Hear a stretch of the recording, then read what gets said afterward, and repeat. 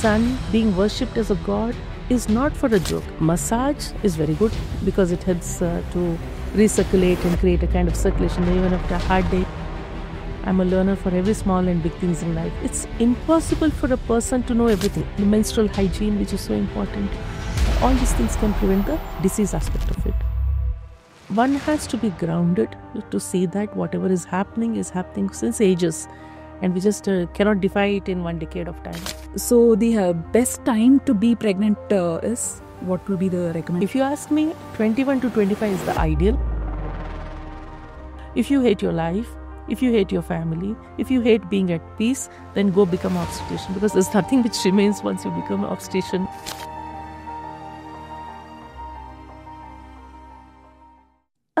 Earlier, once a woman is pregnant, we were supposed to be covered. The sari was the best thing for a pregnant woman. Yeah. But today we are having, for comfort and conveniences, we wear a lot of, the pregnant wear, which holds the thing. How do you see this, and what is your opinion on that? Well, coming to the costumes or the clothes and all that, it's in South India that there are saris. Huh. But if you go to North, there are no saris, there are salwars. And even now people... Yeah. Kind of. But then they too had a sari. They moved to the suits later. Yeah. Sari or evolution of sari, if you go to, it's because of the geographical tropical country that we are living in, that, it gives us better... aeration or better freedom. Exactly. Here, the sunlight, is this also? Oh, sunlight is the most important component. And sari was easier to get absorb the sun. Huh. See, sun being worshipped as a god is not for a joke. I mean, it does have relevance, because everything of life is dependent upon sun. Had there been no sun, there's no life.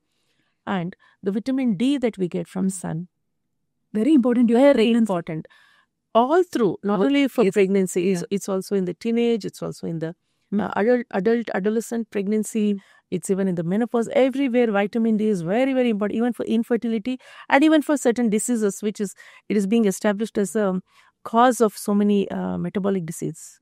So vitamin D, the sunlight that we get from the sun, being exposed to 15-20 minutes in the morning, in the time between 9 to 11 is the ideal optimum way of getting the sunlight. 60% of the body being exposed. So in a sari, 60% of the body is exposed. One more last question in this kind of a thing is oil massages.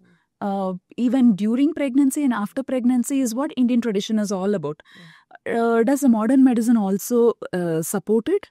I don't have much knowledge about this. Okay. Well, massage is very good, because it helps to recirculate and create a kind of circulation. Even after a hard day, you get a massage and you feel so comfortable. That's because there's a circulation which builds up.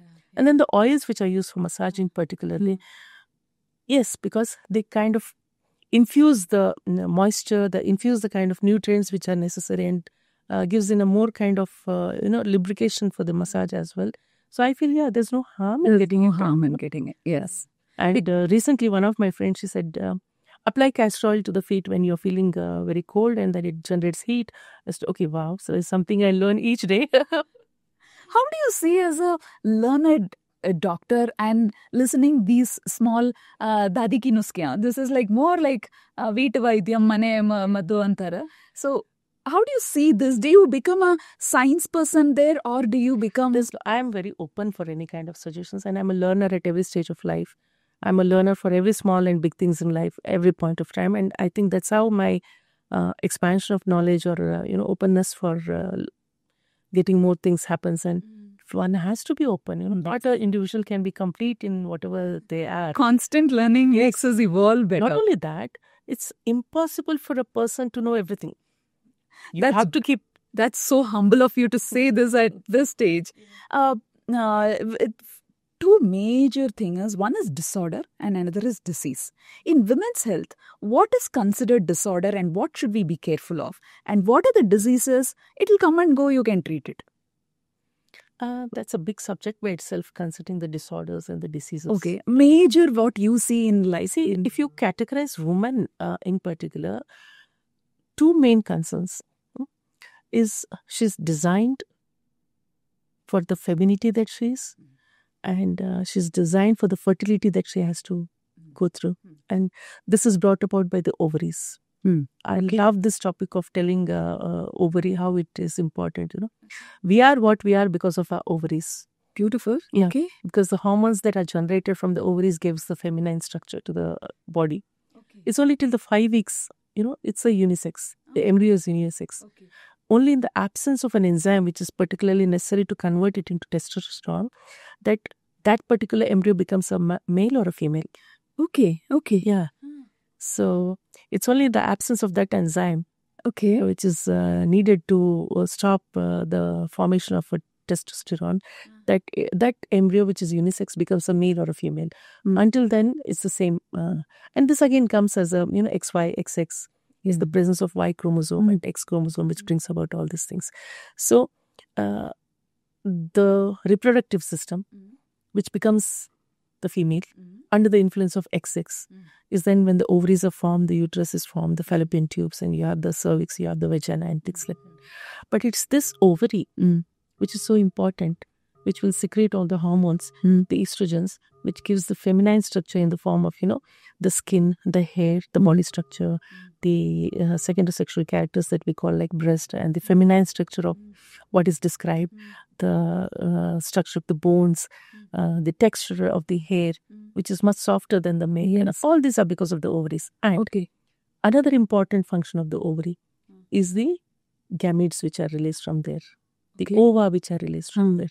Okay. So there are two components of the ovary.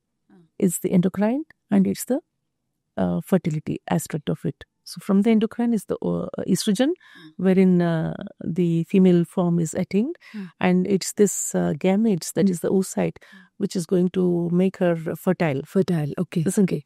So this is the basic concept of a woman, to be a woman. Okay. So disorder is something wherein there is a imbalance of these hormones or imbalance of this endocrine aspect of it. There's androgen excess, like we were discussing a few minutes ago, that is becoming more man-like or because of the steroids which are being generated or produced or synthesized, and disarray of metabolism which is taking place, that many disorders are evolving. Okay, disease is something which is definitely of the reproductive tract. Okay. Disease of the reproductive tract. Like in the uterus, you have the tumors of the uterus, you have the fibroids, you have the endometriosis, you have the ovarian masses, ovarian malignancies, ovarian tumors. Then what we have, this is cysts of the ovaries. The benign and the malignant tumors both can exist. So also of the cervix, so also the vagina and so on. So disease is something different. And disease could also be because of infections. Women, the reproductive tract of the woman is more prone for infections. Because of the nature of the performance of the reproductive tract. How can the women prevent the diseases? Disorder is something lifestyle. Also, lifestyle and all that. But disease, See, disease as in, there are some diseases which are not preventable. Okay. Say, she's prone to have a malignancy. Suppose cancers, endometrial cancer or ovarian cancer, these are genetically imprinted for some. And that is where when we test the BRCA genes and the other genes to see that she carries the gene to have the malignancy. Say anybody in your family is having ovarian cancer, then definitely the gene testing is done to see if the siblings or the aunts or the, the same bloodline are capable of having the same kind of malignancy. So these are the diseases. Some are preventable, some are non-preventable. Okay. So in the preventable, what we have is the infections. Okay. Infection is one very important thing. Now, why does infection occur? Yeah. Okay. Infection occurs because of the functioning of the woman, as in, say she has multiple sexual partners. Okay. Very important source of infection, which nowadays the generation is not able to understand the magnanimity and the side effects, the severe side effects it can have. It can make them infertile for life. Yeah, but the kind of damage which occurs to the fallopian tube because of these infections and all, but the damage which occurs to the endometrium, but the kind of damage the infection can cause to the reproductive organs and the surrounding structures and all that. This is a very serious problem which can occur. But they have a argument of saying protected and contraceptive. Yeah, things whatever. like that. Yeah, there is one aspect which I think it's a big topic by itself, but one of the source or reason for eviction is having unprotected and multiple sexual partners. And then the anatomical structure of reproductive tract itself is so vulnerable. It's a short vaginal tract. It's a short urethra, 4 centimeters. And then the area in the perineum is always so prone for infections. And naturally also there are so many organisms which are residing as a habitat of the perineum. Some of them are good, they're protective. But when the imbalance occurs in the form of when infection occurs, the pH gets altered. Okay. So more liability. And then childbirth, repeated childbirth, then unsafe abortions. Very important. And today, back then it used to be very, very, very prevalent, unsafe abortions. We had a high mortality rate because of unsafe abortions also. Slowly, the trend has changed and people are confident and comfortable enough to go to trained, professional doctors, because it used to be hush kind of. Yes, it was. Today we have accepted it. So we didn't have a choice but had to accept. Yeah. So unsafe abortions and then deliveries in an unsafe manner. Conduct of a delivery itself was in an unsafe practice. It used to be done in cowsheds. It used to be done in the storerooms. It's considered as a dirty thing, and then you keep it away and then do the delivery and get the woman home. Yeah, this was there. These practices are there. Okay. So unsafe delivery, conduct of delivery, and all these things, and short time for recovery after delivery, and then having repeated deliveries.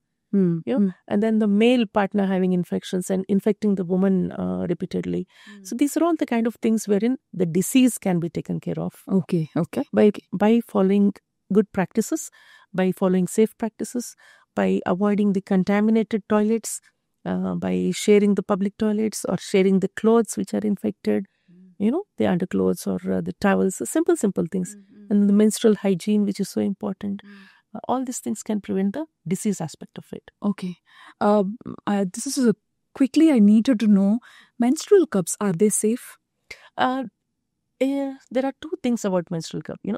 This is, we are trying to prevent the usage of the pads, which is becoming a landfill problem. Yeah, it is becoming a hassle for the environment in terms of disposal and the kind of because it cannot be degraded and landfill and things like that. Menstrual, previously what was happening, it was cloth which was used at home. Best. And then it was the best. Washing of the clothes and then soaking and all that. Another problem with the cloth was that it wasn't being taken care of well. The sterilization aspect was not good. It was being washed and thrown here and there, and then again put it under the perineum, and that was a source of infection. If it is not, so replacement for that has been the menstrual cup, because it can be reused and easily washed and easily reused. It requires a lot amount of training and acceptance. Yes, it is good, but it is good. So you're saying cloth is, if it is cleanly done, it is okay. The pads are okay, but it's environmentally harmful. So now we have the new development. Anything keeps innovation. Changing. So the menstrual cups have come in. So you're saying it is okay, but is it technically okay to hydraulically tighten that place vagina, which is supposed to breathe during the time? Is it okay to literally airlock it? It doesn't get airlocked actually. It's just that it remains there in the vagina and it collects whatever discharge comes through. What's the amount of discharge which comes through in a menstrual cycle is about 5 to 10 ml per day. Okay. The whole day, that's it? Yeah, that's it. In the entire cycle is about 50 to 80 ml. Okay, it's comparatively, but it looks larger. The huge quantity is going. Oh, this is what is equal to minimal bleeding and the maximum. So normal bleeding is somewhere maximum of 80 ml. That's 10 ml per day and 10 to 20 ml. That's it. 80 ml or 100 ml in the 5 days. Okay. So it is all in the mind whether the heavy bleeding or the minimal bleeding is. Heavy bleeding is, yes, there is heavy bleeding. When previously we used to take in terms of changing the pads. You change the pad frequently or use 4 to 5 pads per day. There are clots high in the blood, which, so that was heavy bleeding. And that is the rough assessment of how we do the heavy menstrual blood loss. Mm-hmm. So according to you, it is safe, but again, hygienically, they need to maintain the menstrual cups also. How do you see the urban women and the smaller town women, the attitude their towards their own health, from the menstrual health, from their menarche? How is this changing between cities? And you have also traveled wide and far. Yeah. So probably you can give us a comparative look on international people that you have seen and the Indian metro cities and the tier 2 cities. I think now we are in an era wherein this demarcation has greatly narrowed down. Okay. With the access to the YouTubes and with the access to the OTT and so much of information there on the internet, any girl or a woman who wants to educate herself about more about such things has at a click of button more information than I do have. I would know only what is given in my textbooks. I would never go to YouTube to see what is there in the, there's so much of information available. So this has greatly narrowed down. That's a brilliant thing, because you said you wouldn't go to YouTube because you're a doctor yourself. But we people immediately Google and ask, what does this mean? I have a pain in left feet, this toe. Tell me what. Yeah. So it's good and bad to have information from the YouTube, because don't know who is the authentic one giving you the information. You never know. Anybody can just make a podcast and anybody can just give a reel and give their experiences and correct. So it's good and bad, but then the amount of information which is available is pretty much the same for everybody. So, but interpreting it is different in the 3 places. Yes. See, in the Western countries or in the developed nations, very early on in the life, they are taught about everything which is physiological about the body. But there's no shying away of to tell them the normal description of what happens. Everything is taught at the right age. Say, when the girl becomes a teenage and start menstruation, she knows every detail about how the things are. Yes. She knows every detail about how the reproduction is going to take place and how the childbirth is happening. Theoretically, they know everything. They know everything. And because of the acceptance of the behavioral patterns which are there, they go through everything also. We have heard of so many teenage pregnancies. 13, 14, 15-year-old girl becomes pregnant, and then she cannot even be asked or scolded by the parents or teachers, and she has to be respected and seen that she goes through the pregnancy and delivery well. This has happened. I've had my friends who were living in the UK. When the daughter was in the 9th standard, one of the batchmates got pregnant. They got so scared that the next year they shifted back to India, that they don't want their child to go through that kind of lifestyle. It's a pressure. It's a peer pressure. You can do nothing about it once the child goes to the school and they're in that pressure. So this is a definite problem in the Western world. But they know everything about it. They got everything. Conscious choices.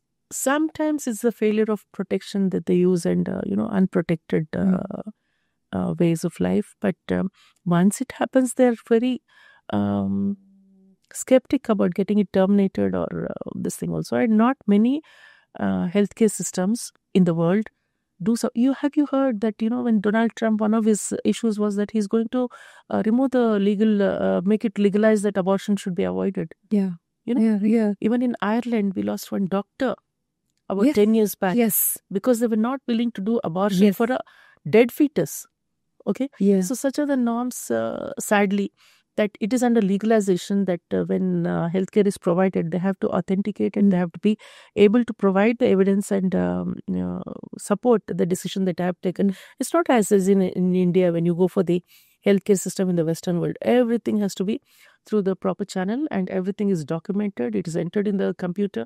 Even a crocin or whatever is advanced paracetamol you have taken is to be entered in the system, which gets reflected in the country. The entire country will have your code and they will know what you have taken, what you have done, what is it. Medical database becomes their strength.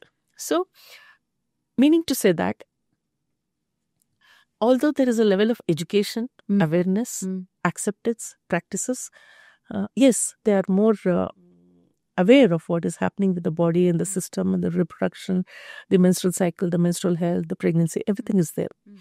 Sadly, that is lacking in our country, in the developing nations.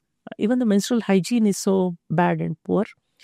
Because our moms, our grandmoms, and then the generation now, they have been ignorant. It becomes a duty of the healthcare providers to go and do the preventive medicine. Preventive medicine is a big strength. A stitch in time saves 9, or prevention is better than cure, is also true. That the level of education, and especially so, the normal physiological system and the changes which take place need to be inculcated and imparted to the school. Okay. At the school, high school level. It is done today, but that's what is the difference, because a child in a metro city has a different perspective of understanding all this information.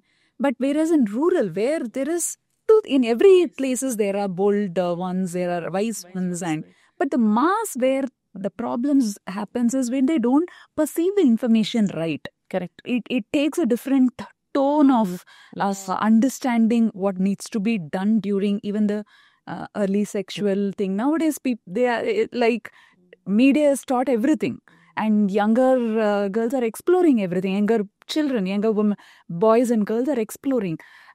That is exactly, I wanted to know how this attitude towards personal health from the monarch. Are they doing this with awareness? Are they doing this with awareness, and do they understand the consequences? I think understanding the consequences is a little debatable, because maybe not everyone understands the consequences of what is happening, or there could be arrogance and there could be that attitude, nothing is going wrong with us. Because it's a young blood. It's a young blood. It's so rebellious. They just want to rebel everything. Wherever it is, be it in a metro or be it in a village, it's that rebel nature which persists. And that's where, previously our elders used to say, until the age of 25, just listen to what I say. Later, I will listen to what you say. That was so simple and effective. And we did that without challenge. Today, the 12-year-old can say, you cannot challenge me, you don't know anything. So, yeah, it's a changing society, changing system. But I think after a few years, even these children understand that, yes, they were right and we were wrong. And it's always the struggle to see the time is lost, prevent the wrong from happening, and that becomes a challenge for everyone. They become a mother and start doing and that's when then they understand.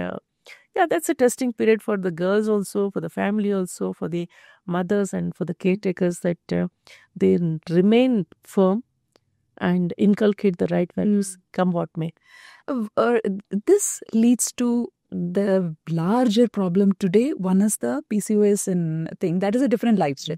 But this kind of lifestyle exploration also leads to infertility, right? Absolutely, yes.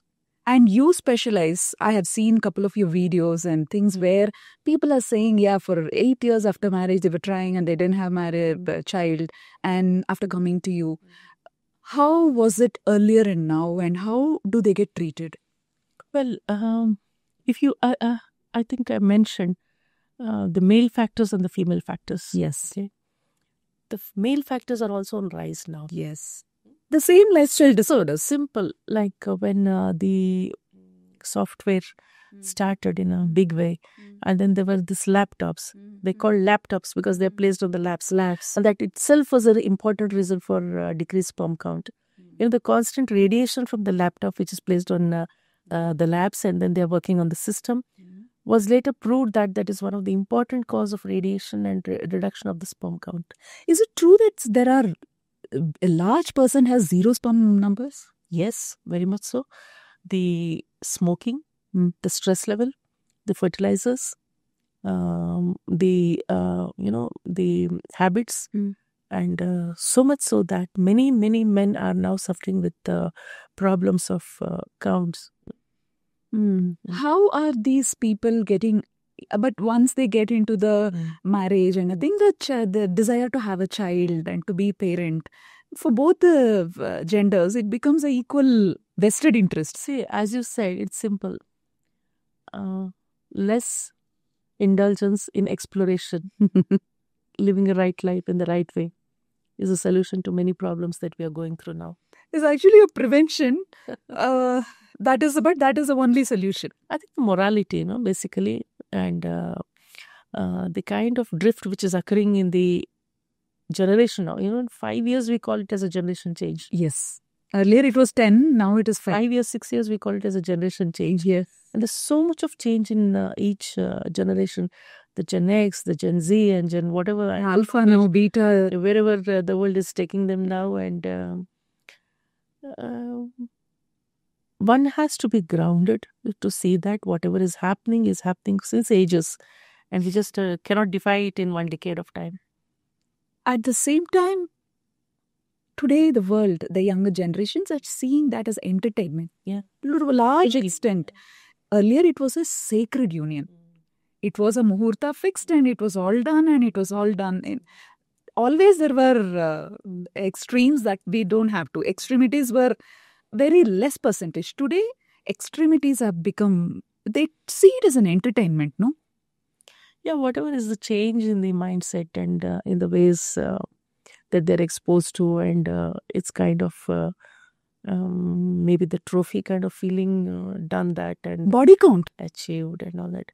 Well, that's something which is out of the purview of I think our discussion now, because no, but that's what I spoke about, no? the diseases aspect of the woman is, yes, this is connected and it needs to be moralized and taken care of. Yeah. How do you enjoy your clinical practice versus academic practice? Because you also are a teacher, a lecturer in the college. Yes, I'm a professor in a medical college. I used to be the head of department for 15 years and academics was my main passion.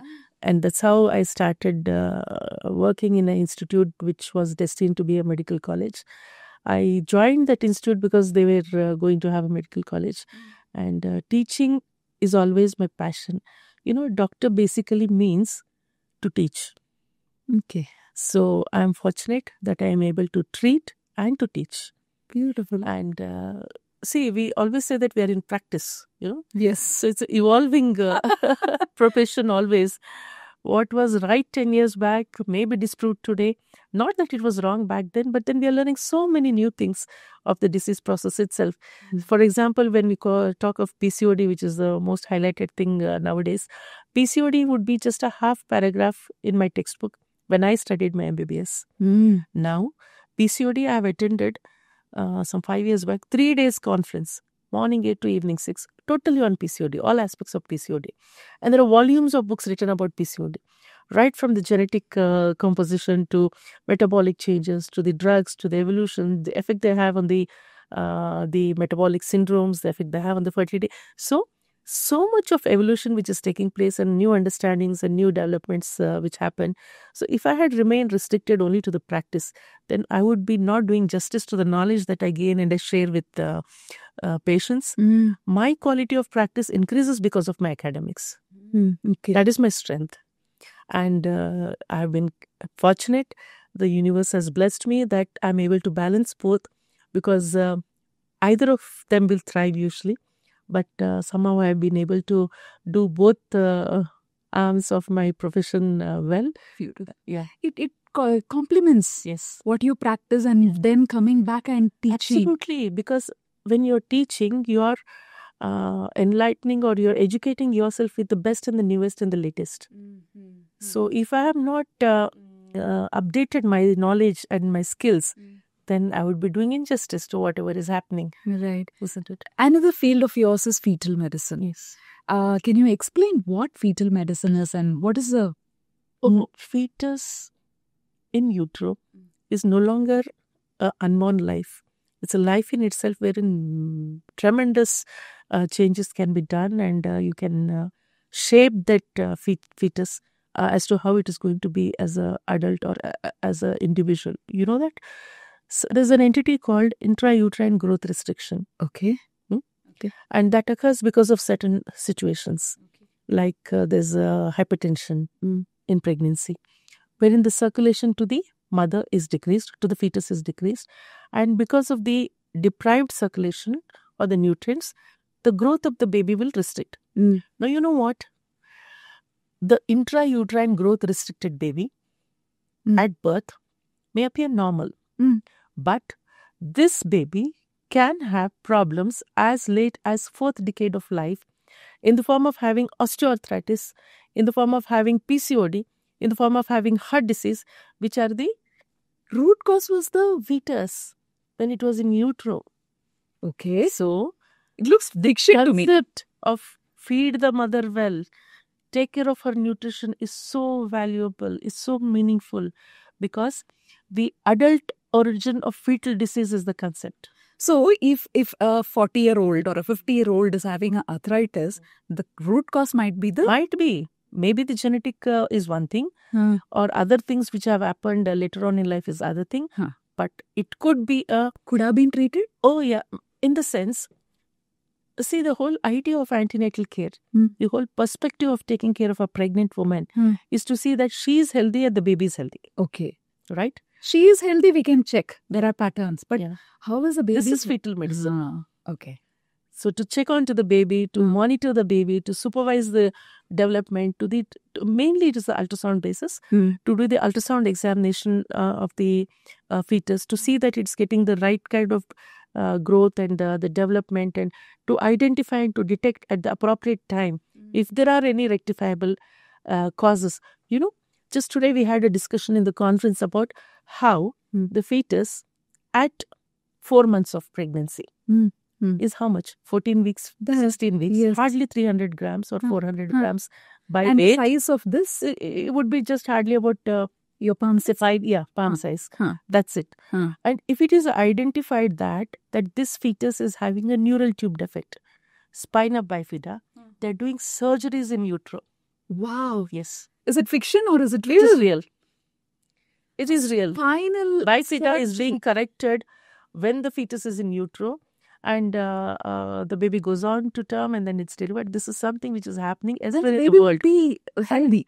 Well, there is some risk always associated, but these are the kind of science fiction kind of changes which are happening in the world now. Not that I'm doing it or we are doing it in Bangalore, but it's happening. Yes. So it is only over. It's just Yeah. time that it will reach And you. now what the generation is up to, have 1 or 2 children Yeah. and the best. Yes. Yes. So the entire focus is in having one good, healthy, normal baby. And that too You in can take chance with that, because getting pregnant itself is difficult. And once there is a pregnancy, having a normal child is also a challenge. So give the best and try to identify and to detect what are the factors that can be corrected, and to see that they're prevented, and to see that they're cared for. this is Amazing. amazing, and this is very futuristic technology. If Yeah, the technology which I spoke of is futuristic, but on an average, what an obstetrician does, or in a clinical practice, what we do is to see that the fetus is growing well, and there are some rectifiable causes, to intervene when it's necessary, and to see that the outcome is the best.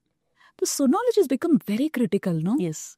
Because when you're doing the scanning, which also is another topic, people Yes. think, why are these doctors No, recommending? No. Especially when I told of IUGR or growth restricted fetus, every week you may have to do a Doppler study, because just by doing the blood flow analysis of what is going to the uterus, you can assess, predict when this child is going to land in trouble. And sometimes the report which is sent back is deliver this child immediately, because the blood supply is getting cut off. So much is the accuracy in the prediction. Technology needs to be celebrated. Yes. And unfortunately, we think, why is doctor recommending too many scans? But without those information, prevention cannot happen. Yes. We can actually tell on the basis of evidence of the scan report that, see, this is this which is happening. The blood flow is getting decreased. The blood flow is getting cut off. The blood flow is getting reversed. So if you don't deliver this child in time, then you may lose the baby. It's not necessarily that the days are not completed and you allow more days for the child to grow in the fetus, it will get more nourishment. No, because there itself there is a starvation in the uterus. So what's the point What's waiting? the point in waiting when there's no food for the baby in the uterus? The same thing, if the technology has not developed, We would have lost. This is what was happening. but right now you can potentially save, and then Yes. we can have a healthy baby. Okay. And especially so when there are certain maternal factors which are at high risk, say obesity, say elderly, or difficulty in getting pregnant, or if it is an artificial pregnancy like IVF pregnancy, or the mother has hypertension. And now diabetes has become so common in pregnancy. So all these things, wherein we have certain high risk factors, you have to intensify the fetal monitoring and to see that the baby is good. Okay. But is this the reason because nowadays women are getting pregnant late in the age also? Most important factor. All these complications for the fetus. Most important factor. So the best time to be pregnant is, what will be the recommendation? If you ask me, 21 to 25 is the ideal. To become pregnant? Yes. Okay. And better still at the age less than 30, but never after 35. But today that is when people are planning to get married and then have a child. So it is usually now the normal has become like 30 to 35. So, and these women need to be very careful about their pregnancy and the fetal and everything. And hence the technology. One advice for the young girls, I mean for these girls who are professionally oriented and would like to have a late marriage after 30, is at least don't delay the pregnancy. Because the sources available are minimum after the age of 35. It drastically drops down. When you say drastically drops down, that is where we depend on technology. Like even in a conversation previously, you were saying, I can freeze my egg. So I don't have to worry about, let me focus on my career, let me make more money. And then anyway, I freeze the egg and I'll probably for my child also, I'll save the cord. And because that's... Freezing the eggs is fine. Okay. But what about the changes which are taking place in your uterus after 35 or 40 years? Can it support your baby when it is growing? Great question. Yeah. Are there technologies for that? No, there are not. I mean, yes, you can give medications, you can give the supplements, but then come to think of it, there's aging which is happening in the reproductive canal as well. So it's always good 20 to 30, you finish off your... Do what you're destined or designed to do as a woman. Yes, it's one life for all. Yeah. But then, since you have chosen to be into marriage or to have a baby, you might as well do it at the optimum time. And not necessarily, see, having come to this stage of my life and, yes, the aspirations, goals, everything. But end of the day, what is it all that you require? Is it a home? Is a roof? Few people around you? Yes. Few loved ones? Healthy family people, healthy life. A family? Yeah. Few friends? And then good health. Right. And for that, how much is the chase of life? You speaking like this is going to change a lot of people who listen to this, because coming from a modern medicine background and you being very celebrated speaker and holding powerful positions in gynec and obstetrician, but don't you think you're talking like a mother at home? Like my mother used to say, oh, get married soon. And this doctor is also telling the same thing. Get married soon, have a child soon. There's one incident which struck me very deeply. Actually, two.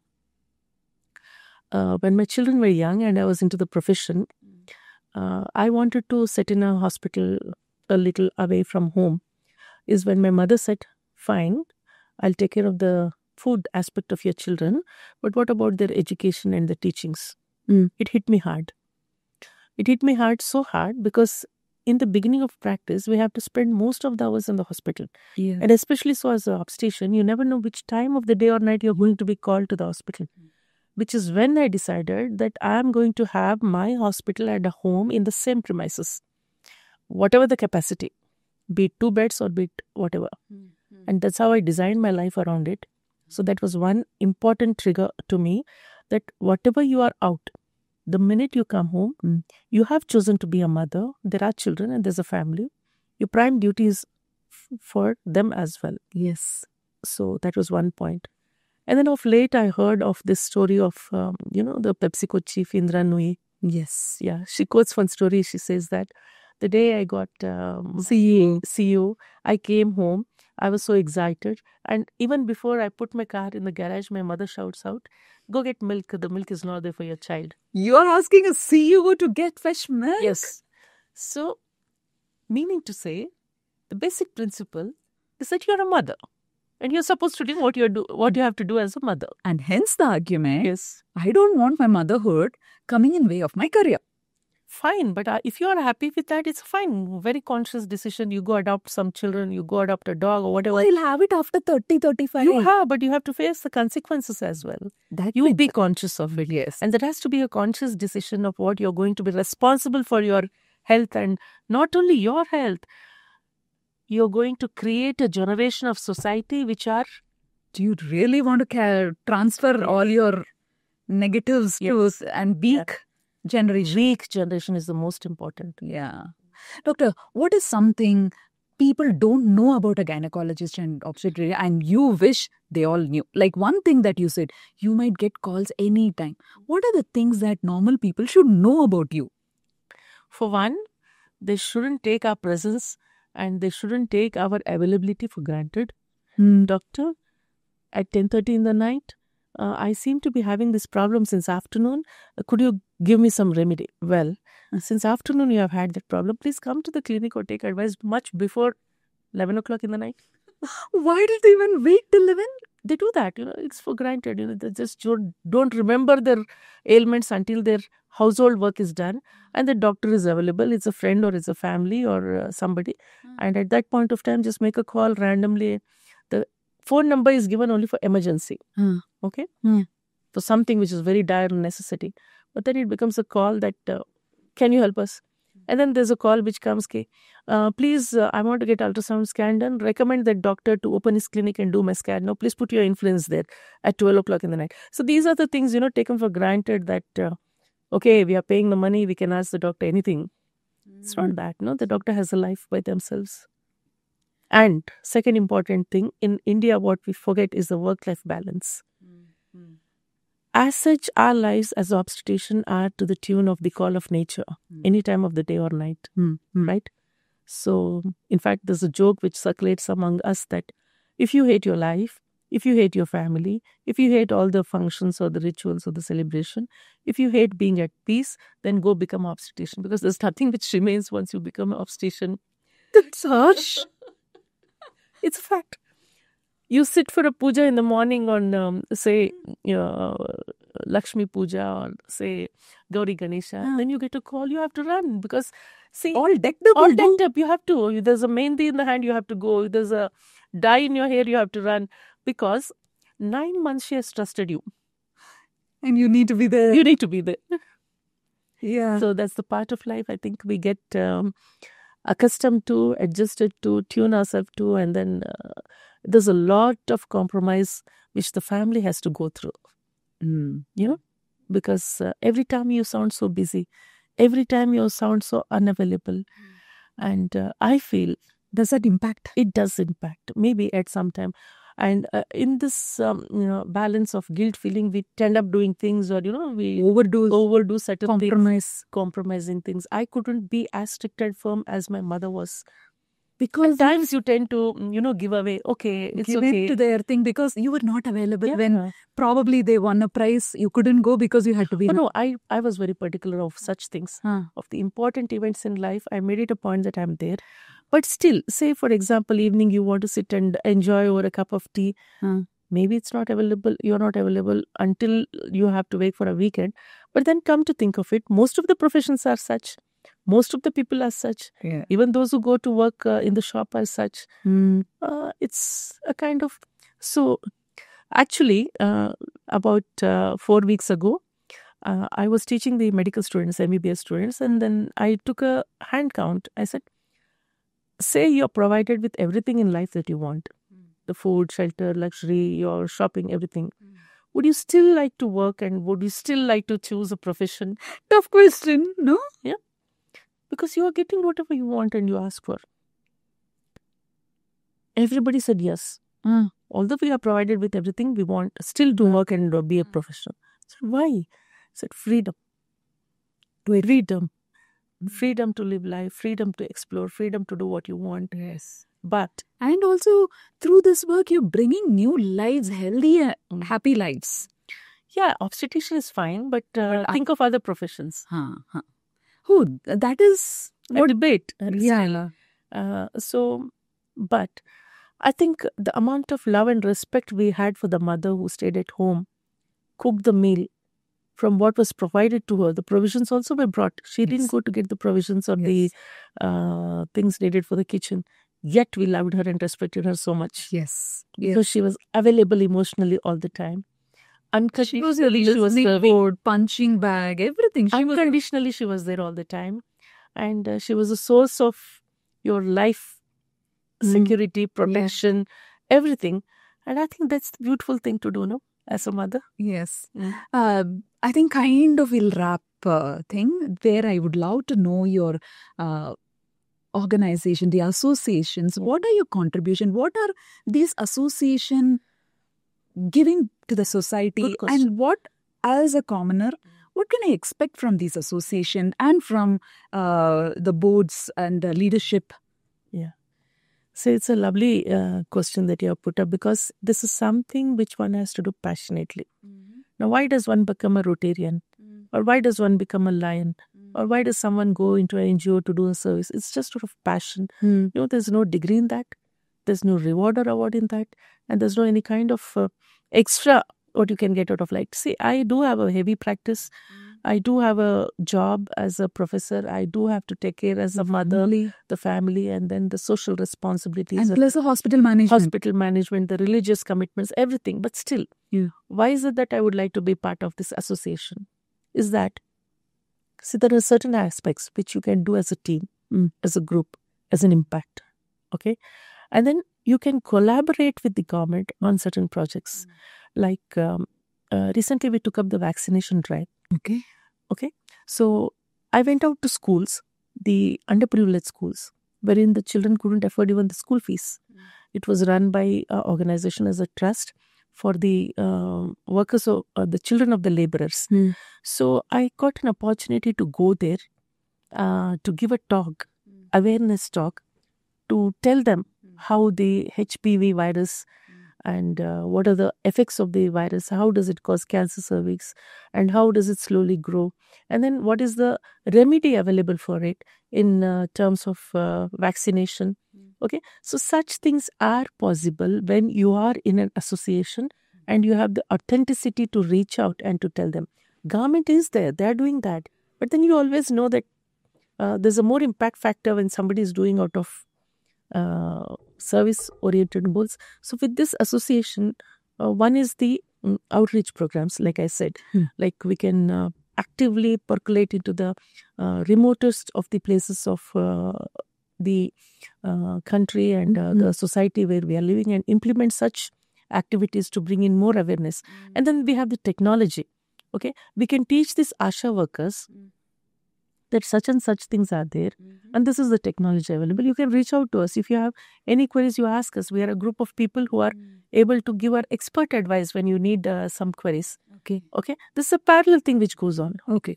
And then there are these educative programs or the academic programs which take place, like the conferences which I had, like one for which I came here. Such futuristic things are discussed. Place, one forum where you also get updated, alerted, and learn such futuristic things. Yes, we do read the literature, we do read the updates and the textbooks and all. But when you have somebody coming from somewhere and presenting their experience, the expertise, the data, and the outcome, then okay, somebody is doing this, even I can do this and follow this in my practice. I may be doing something, maybe as simple or as small. I collaborate it and I make it as a presentation. I make it as a case presentation or a paper presentation or a poster presentation, and I show that. Then that is discussed. It may be right, it may be wrong. And it might be useful in some other small remote place or even in larger cities. Everywhere. Something which you think. Knowledge update, most important. Skill update, skill transfer, skill enhancement, skill training. For example, PPH, what we were talking, postpartum hemorrhage. So there are drills which are there for PPH. Oh, yes. Okay. Yeah, there are drills for many scenarios. Okay. So these drills are demonstrated to people who register, come as a delegate. We teach them and show them that stepwise how we have to take care of it. In a cesarean, difficult cesarean, there are workshops like such and such scenario. Cesarean, yes, it may sound one simple cesarean, but there are so many things and complications which are happening today with specific scenarios of cesarean section. Those are all demonstrated. Okay. Okay. So not only the 3 years of training that we go through during our profession, to become an MD or MS, it's just 3 years. But then once we attend such conferences conducted by the association, there's a focused learning, there's enhancement of learning, and there's update of our knowledge, update of the skills, what newer things can be done, how the things which are problematic can be prevented. So through such associations, we are able to conduct such programs. What power do you have being part of leadership in these associations? See that we can actively collaborate with the government to make some policies. Like recently, we had a meeting with our Honorable Health Minister Dinesh Gundu Rao. We were requesting that, so this vaccination now is so expensive, 1,300 rupees for one dose. The small doses, just 3 doses to be given. Okay. So effectively say about 5,000-6,000 to the entire vaccination if we have to give. Now we have made it free for the woman to travel by the bus, which is being so very misutilized. Crores of rupees are being diverted to that. Some 4,000, so many thousand crores of rupees have gone for that. Wherein a part of it, just a part of it, you dedicate it for such programs, such vaccinations. What great impact. You're making the child cancer free for her life. Yes. Can you understand the impact and today of that? Cancer is like everywhere. Every family has a story of cancer. And if as we are talking now, there would be 4 or 5 cancer deaths related to uterine cancers in this country today.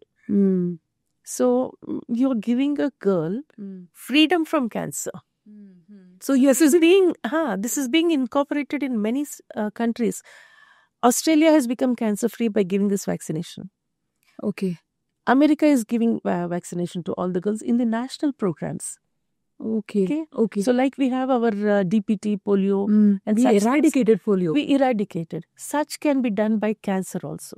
So these are our goals. And this is not just an association in the country. There's an international organization also. Okay. Yeah, it's called Federation of International Gynec and OBG Association. Okay. FIGO. Okay. And there is WHO.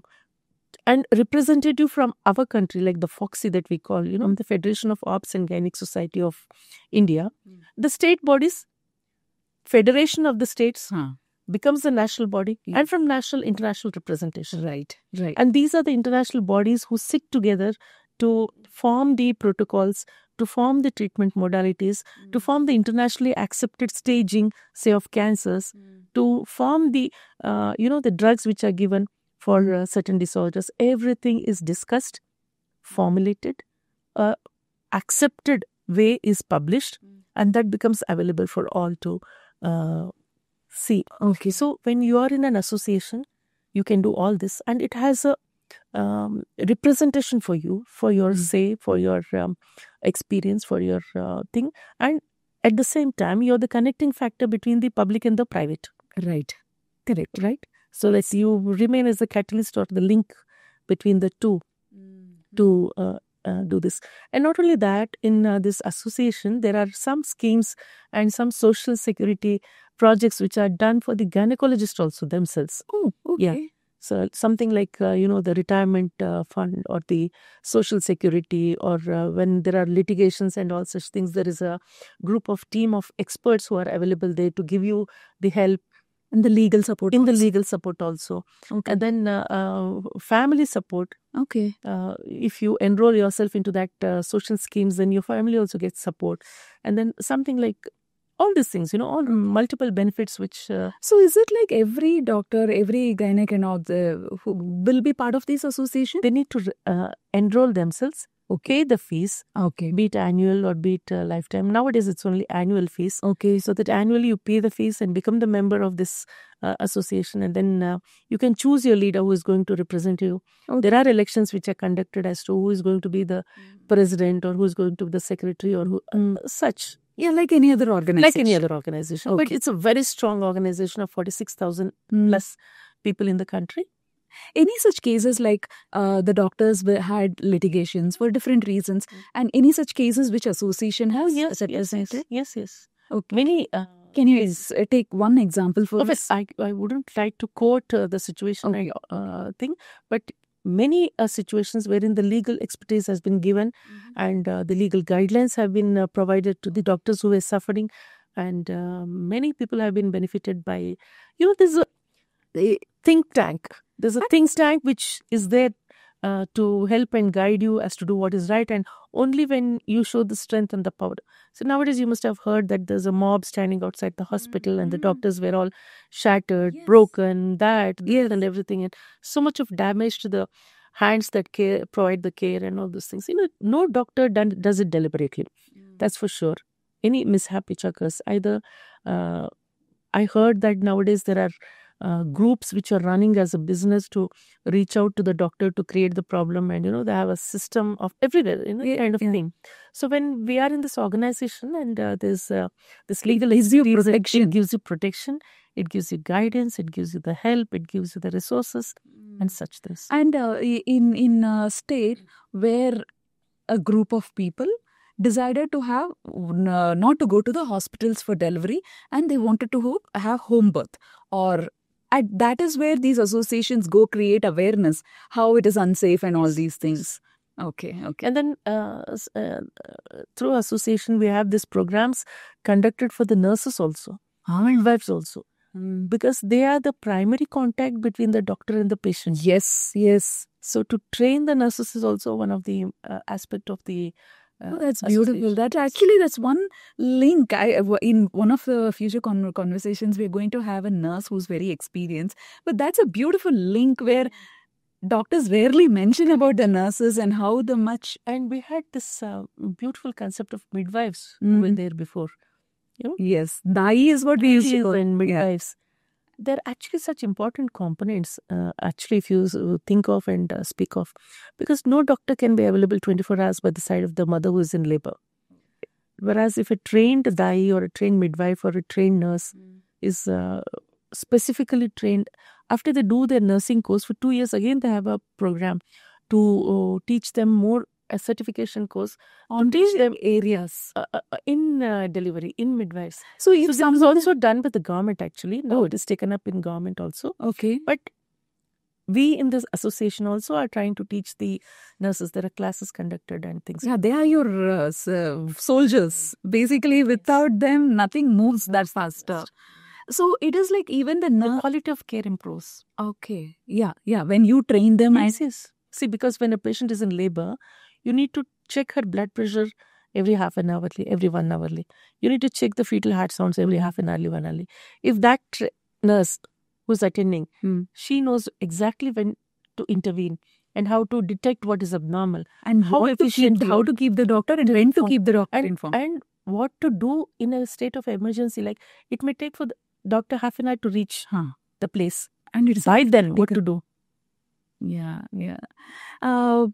We were also speaking how you are interested in integrative medicine. Yes. How you wanted to bring yoga, how you want to bring meditation, how you want to bring nature close to things. I'm greatly inspired by our teacher, Raj Yoga teacher, who has changed the perspective of our lives and to experience and enjoy our existence and to, disembark or, to disintegrate, to perform, to do, to live, to just to be in a bliss by doing whatever you're doing is what happens. Now that you are in bliss, now that you also have the power of the association and the support system of it, and it is going to be beneficial. How much are you representing this integrative approach? See, this is all universe calling. Yesterday, I didn't know I was doing a podcast with you today. And maybe it's the choice of nature that whatever I am empowered with is I help to reach out more. And I'm sure that through this podcast, many will be enlightened or, understand the concept. It's just the sharing of thoughts and the communications which will help. This is what happens in whenever there is a healer or whenever there is a person who is trying to. Nowadays, this concept of, what is that? People take help for mental confusions. Psychologists. No. Manifestation counselors. It's become such a big passion now. Go for something. Therapies. Therapist. So this all exists in our ancient wisdom. Yes. It's all there. It's all there in yoga. It's all there in the way of life which we were taught to do that. And if we just follow those values, the world when will you be a talk- much better place. When you're talking integrative, do you also get oppositions or the no, let's get fixed to science, let's not go into integrative? Do you also get this argument and debates? These arguments are more with the more intelligent and more qualified and more degrees based people. Okay. More amount of education, more is the argument. The acceptance is so low. Okay. The intelligence is not directly proportional to the knowledge. Okay. Yeah. The more university education, the more amount of science-based education which goes into is for everything. What is questioned is, okay, what is the scientific reason or explanation for this? Yeah. Now, had it been that, how do you explain that after doing a good exercise or gym, the pheromones are so much elevated that you feel so good? Same is what is happening with your yoga. Same is what is happening when you sit and listen to proper. How do you plan to put this into their head? Is that, look, I am a very modern woman. I have accepted modern way of life. I gracefully accept what has come in my culture. I feel proud to be in this culture and to adapt, to accept whatever is there, It's that my soul has chosen to be where I am supposed to be. Yes. Understand that first. So with that, try to accept what is meant good for you. Why we need to debate over everything which is unexplainable? There are so many scientific things which are happening which are still unexplainable. There is so much in the body which is unexplainable. And something which has remained for thousands of years, 8,000, 10,000, as a way of life. People have spent hundreds of years. And we have seen that what benefit it has given to the lives. Our existence is not just one life or live for 80 years or 100 years and then pass away. There must be something more beyond for this. Yes. It's not just that we are alive to eat, drink, make merry and then leave. No? Yeah. There must be something more beyond which is inexplainable. Right? So why not adapt what is given to you? And all the cultures across the world have something or the other which is culturally significant. And unexplainable, right? Culturally significant. Yeah. You go to the Western world, US, they have Thanksgiving, they have Christmas, they have Easter. Why don't you celebrate your Dasara, Diwali and Ganesha? Yes. Every culture has that. Yes. And that is what brings the societies and the peoples and the family together. Mm. Why is it that we are looking forward to something which is so maybe insignificant, but end of the day, that is what is needed. The bonding, the binding, the coming together, the celebration, the living, the happiness, the sharing. Definitely. And another topic which is completely non-linear and unexplainable is the water, the space that we are here right now. It's not so easy to explain. One, you're drinking clean water, but then is life in it is a question always debatable by science. Of course, we can back it up saying that the hydrogen bonds are the energy. But if you have to communicate this kind of water, which is proven for increase in fertility in human, increase in fertility in people, in men and women both, and also the productivity, everything, it is proven already. So the outcome is already proven. How do we explain this to a scientific community who is always having skeptic thoughts? So there's a saying which goes this: Jaisa anna vaisa man. Jaisa anna vaisa tan. Jaisa man vaisa dhan. So it's not just food, and not necessarily just the food. It's what we consume. And part of the consumption is water. And we know that human body is made 80% of the water. Yes. Yeah. And the humanity started evolving around water sources and water bodies. That means water is an important aspect of our lives. And nowadays we hear of this water sources. We are not getting it from the direct healthy source. We don't have it all, We don't have. The rivers are drying up, the wells are drying up. We go to the bore wells, which is so loaded with unnecessary minerals, which are not good for the body.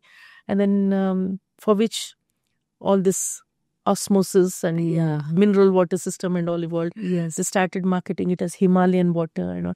Why do we say Himalayan water is so pure? Because it comes from the source directly pure from the origin.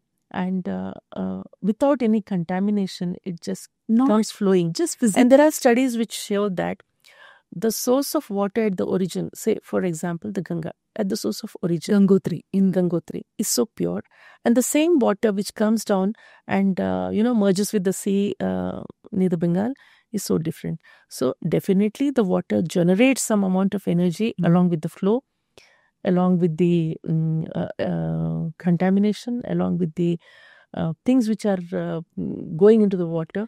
And once the water is not correct or good, definitely everything in the body system, because cells have water. Unfortunately, when we say contamination, people limit themselves to physical and chemical contamination. But what here we are talking is a contamination beyond this is an energetic contamination. Unfortunately, that is also something which is not addressed at all. And we don't even know that exists. There is an energy. It is like going into a room of bad vibes or good vibes. You feel it. That is what it is. It is. But it's amazing to know that from Modern Science, being a very, very, you have touched and healed a lot of lives. You brought so many people, so many little human beings. I'm blessed. Yeah. And hearing from you that non-linear, quantum and energetic level things needs to be addressed and needs to be spoken in forums like this and in larger places. I think it needs an open mind to accept the unknown. Not necessarily that every time we need to challenge or question or ask for an explanation for everything. Yes, as a science and a modern logistic thinking person, we need to have evidence for that. But values, where do we have evidence for that? It's only the life which will teach us the values, right? The right or the wrong values which will replicate back to you maybe 10 years or 20 years down the lane and show you that the values were right or wrong. And we would have lost that time. We have so much more to talk about. I had a list of things like white discharge and, so many things, even the productions and so many things I wanted to discuss with you. The time is short, but I would love to have you again on our channel, on our conversation, whenever you are in privilege. And it's an honor for us. It's definitely knowing from you and your experiences of different cases from which we could learn lessons. If that person hadn't done that particular thing, we would have lost. Or we could have saved ourselves. Oh, yes. That lessons are something valuable which you have heard so much. We would definitely love to have you. Next time you are in Bangalore, we would like to host you. Definitely. And I particularly feel that, being born as a woman in this country and being able to carry the value-based which our country gives us and encompass, accept whatever is happening around us. We have seen the women in saris fly rockets. Yeah. And so also we know of women who would, step up and do any kind of heroic surgeries to save the mother and the child. Yes. And at the same time being able to be a part of contributing point to the society, to the family, to the people. I feel I'm blessed. Thank you. Wonderful, wonderful. Thank you so much. We would treasure this episode for sure. And that's a wrap for today's The Life Grids conversation. So yes, please, we really need you to press the like button, subscribe button and the share button. It really means a lot for us. We enjoy doing this. We are really happy doing all these things. But please comment how this episode was and what we can improvise. We definitely wanted to do better with every episode. So there are fun bloopers and behind the scenes on the Instagram. So visit us there too. See you soon with another free flow casual conversation with a lot of good insights. Till then, take care. Let's explore every moment of life.